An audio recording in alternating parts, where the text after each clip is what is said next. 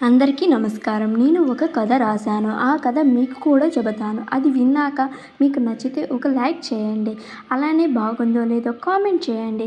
Me friends and ఫ్యామిలీకి కూడా share చేయండి. నేను ముందు కథ యొక్క ఇంట్రడక్షన్ చెప్తాను. అది చెప్పే ముందు ఇంతవరకు ఎవరైనా మన ఛానల్ని సబ్స్క్రైబ్ చేసుకోకపోతే వెంటనే సబ్స్క్రైబ్ చేసుకోండి. ఇంట్రడక్షన్.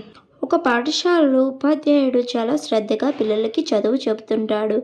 ఆ పక్కనే కొంతమంది పిల్లలు మైదానంలో ఆడుకుంటున్నారు. ఆ పక్కనే కొంతమంది రైతులు పంట పొలాల్లో పని చేసుకుంటున్నారు. పంట పొలాల ఎదురుగా ఒక అమ్మవారి ఆలయం ఉంది. ఆ అమ్మవారి ఆలయం వెనకాల ఒక పెద్ద వేప చెట్టు ఉంది. ఆ వేప చెట్టు కింద భూమి లోతులో ఒక ప్రాచీనమైన పెట్టె ఉంది.